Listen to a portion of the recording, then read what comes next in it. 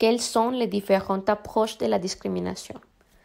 Premièrement, l'approche sociologique qui met l'accent sur les faits de discrimination en tant que dévalorisation sociale et caractéristiques individuelles ou collectives. Ce ne sont pas des actes isolés, mais des processus parfois en chaîne qu'il faut déconstruire étape par étape. Selon cette approche, la méthodologie de projet consiste à reconstituer la chaîne de différents types d'acteurs potentiellement impliqués dans les processus discriminatoires pour démonter ces derniers.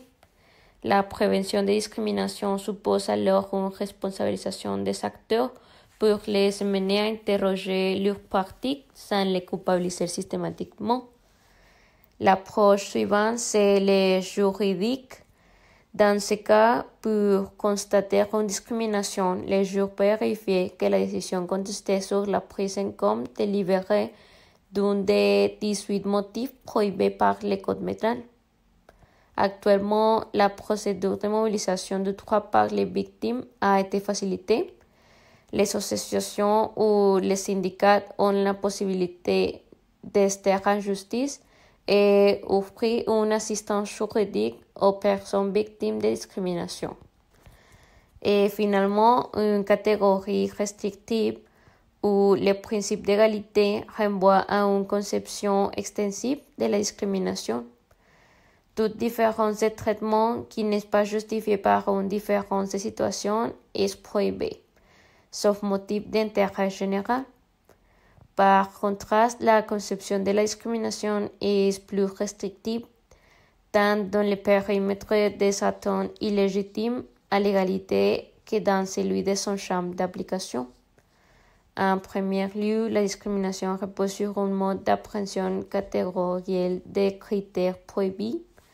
En second lieu, il peut être dérogé au principe de non-discrimination à raison des critères protégés par les droits si une différence objective de situation ou de motifs d'intérêt général les justifie. Les juges se trouvent ainsi en mesure de tracer la frontière constamment renégociée entre inégalité de traitement légitime et illégitime. En définitive, la non-discrimination laisse donc aux acteurs privés une grande liberté de discriminer, c'est-à-dire de se fonder sur une multiplicité de critères pour justifier des traitements différentiels. La discrimination peut prendre une variété de formes. Par exemple, elle peut être directe. Elle peut survenir quand des personnes ou des organisations bloquent l'accès des personnes à des logements, emplois ou services, leur refusent des avantages offerts à d'autres ou leur imposent des fardeaux additionnels qu'elles n'imposent pas aux autres, sans raison légitime ou de bonne foi. Cette discrimination repose souvent sur des attitudes négatives, des stéréotypes et des partis pris à l'égard des personnes. La discrimination peut également se manifester de façon indirecte. Elle peut être exercée par l'entremise d'une tierce personne ou organisation. La discrimination est souvent subtile. Il est rare que les gens formulent des remarques discriminatoires directement ou expriment des points de vue stéréotypés pour exprimer leur comportement.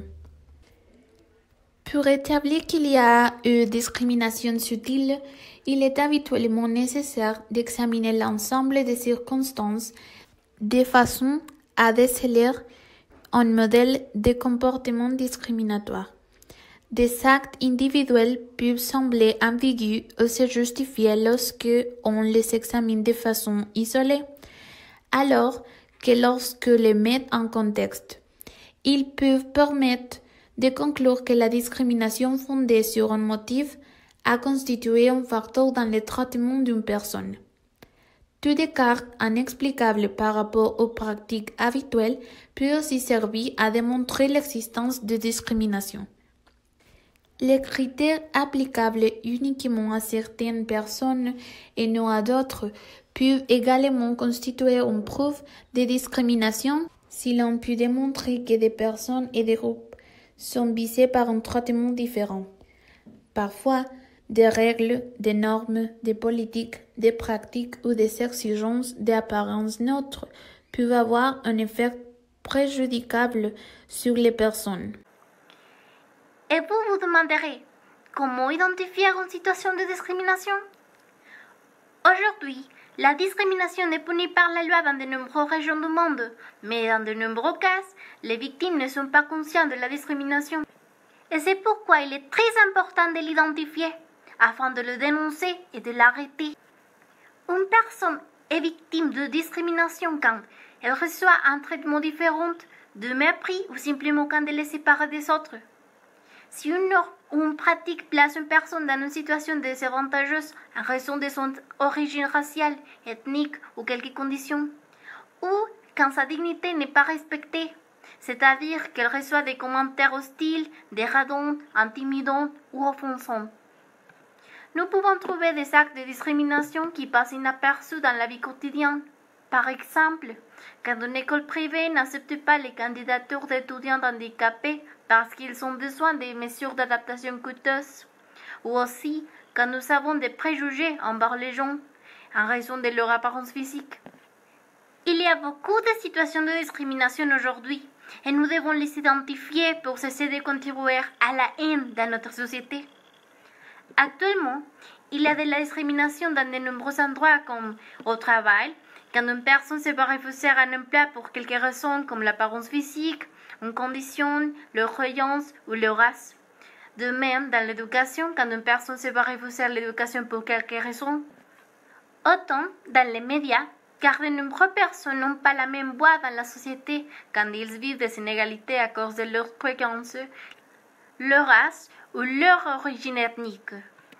Nous pouvons dire que la plupart du temps, la discrimination existe à cause de l'ignorance, car les personnes qui discriminent sont des personnes qui font des commentaires négatifs constants envers d'autres personnes, qui méprisent ce qui est différent et qui renforcent les préjugés et les stéréotypes.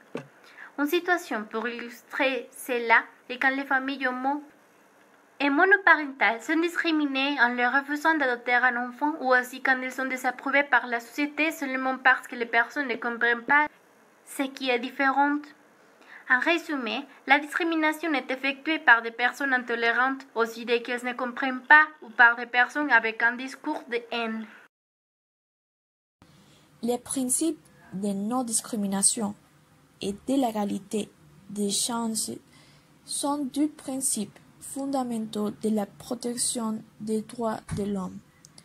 Les pactes internationaux relatifs aux droits économiques, sociaux et culturels énoncent que les États qui l'ont signé s'engagent à garantir que les droits qui y sont énoncés seront exercés sans discrimination aucune, fondée sur la race, la couleur, le sexe, la langue, la religion, l'opinion politique ou toute autre opinion, l'origine nationale ou sociale, la fortune, la naissance ou toute autre situation. Nous devons promouvoir le changement pour apprendre à vivre avec les autres. Nous pouvons le faire premièrement avec l'utilisation d'ateliers inclusifs dans les écoles. Les écoles éducatives données où les étudiants les valeurs, la tolérance et le pluralisme. De cette façon, nous éviterons la discrimination. Dans un aspect plus personnel, nous pouvons faire un test de comment confronter les problèmes pour voir où nous avons échoué et traiter de réparer la situation.